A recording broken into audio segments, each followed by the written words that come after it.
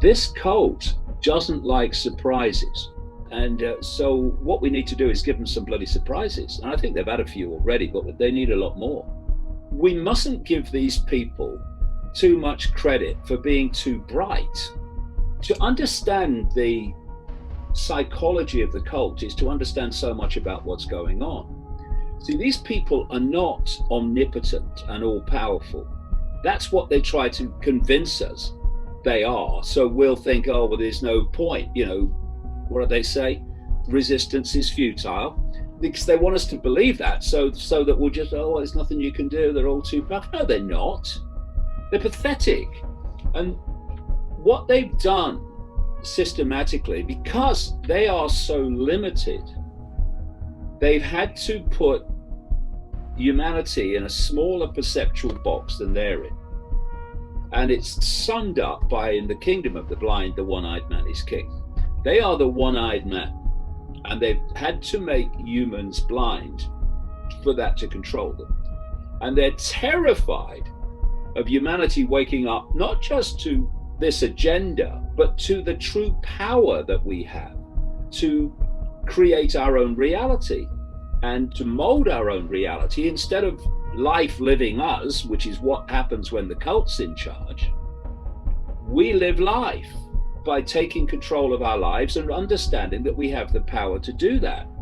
They have to convince the target population that they have no power and there's nothing they can do. So they have to do as they're told and look to their betters who are more intelligent than they are. That's the dynamic they want us to believe in, and it is a farce. It's a fraud. It's not like that at all.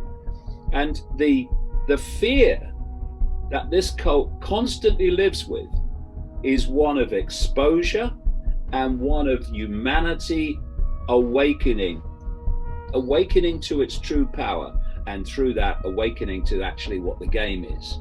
And you know, they're showing us how little power they have all the time with their censorship.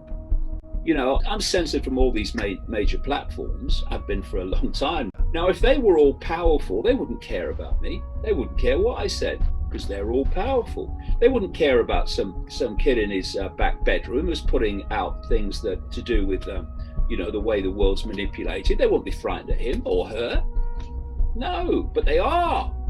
And the more they censor, as we're seeing now, is so ridiculous. It's so tenuous. It's so unsupportable by the evidence.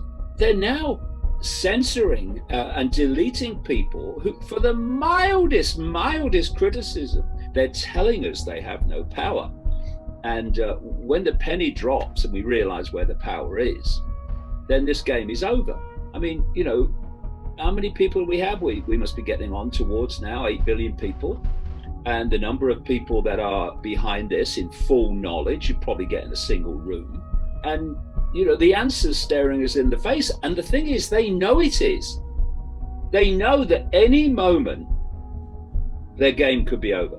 And they're running around like, you know, one of these amusement games, trying to knock people on the head with a hammer when they stick their heads up, trying to stop the public waking up. But what I'm seeing now is we've reached a stage where people in the system are now starting to get it. You know, there are more and more people in the system that are getting it because they can't explain it away any longer in any other way, except this was all planned, which of course some of us have known about for a long time.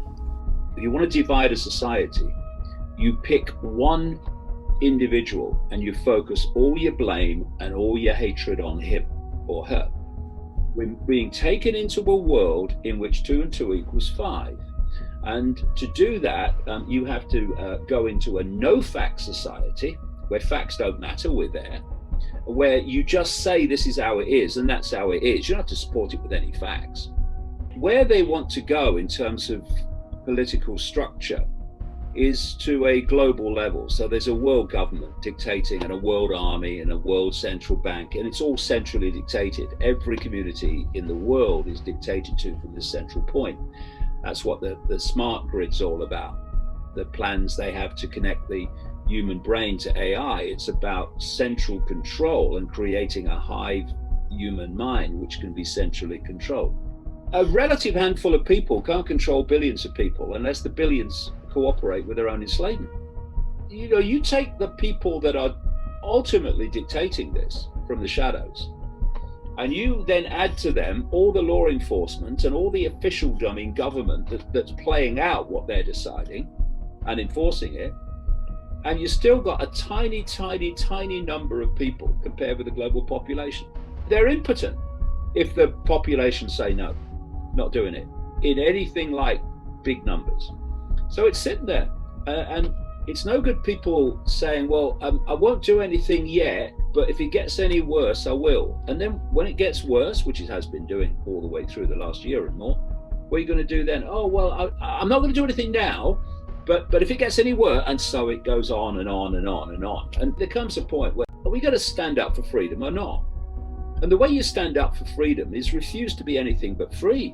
What they're doing is desperately trying to divide and rule us by getting the population to police itself. That's what they're trying to do, the Stasi technique of turning the population against itself. But there's still vast numbers of people, despite all that, who've got it and seen it. But we've got to move from seeing it, which more and more people are, to ceasing to cooperate with it, refusing to conform and refusing to obey. And when enough people do that, this is over. It's unenforceable. The whole thing's unenforceable. And the longer we leave it, the more we're allowing these structures of control to lock in this gathering control system. And so what are we waiting for? Because if you think it's going to get any better without you ceasing to cooperate, well, it's not. They're banking on that you think like that. You say, oh, I'll just wait a bit longer. Yeah, okay, let's give them more time to make it worse and to lock in these structures of control, which makes pushback more difficult. How long are we going to wait? I mean, how long have we waited already? Because if people think it's going to get better, or they'll keep their head down and it will get better, it's not meant to. It's meant to get worse. It's meant to get more and more extreme. If you compromise or appease tyranny, it's a mug's game, because tyranny will always want more appeasement and more appeasement and more abeyance and so on, until it's got you completely stitched up and all your freedom's gone. So the only way to meet this is to say, I'm not compromising in any way, shape or form with tyranny. When we've got the numbers, it's over. So don't say, well, there's nothing we can do. No, there's nothing you want to do. There's nothing that you would like to do, because you'd rather not have to do it. But we do. We have to look this in the face. We have to look it in the eye and say, no, I'm not cooperating with it. Because they have no power. This is the point. Authority has no power except the power we give to it. Fascism is not brought in by fascists. Never has been. There's not enough of them. It's brought in by public acquiescence, population's acquiescence to fascism. It's the only way it can be brought in. They acquiesce to it, and therefore they got it. And that should be a lesson to us all, but for some, they're still not getting it. You cannot appease fascism. You cannot appease tyranny. You can only look it in the eye and say, I'm not cooperating with you. And what happens, happens. Because in the end, Martin Luther King talked about this, that if you're faced with a great cause and you're being challenged to stand up for some great cause, and my God, it's a great cause when you think of the world our kids and grandkids are going to live in if we don't end this. When you're faced with it, but you won't do it, you let fear or, what are the consequences for me get in the way, something inside you dies. King talked about this. Something inside you dies. And if enough people have that attitude, it's over. And it is that simple. It is that simple, because the few can't control the many without the acquiescence of the many.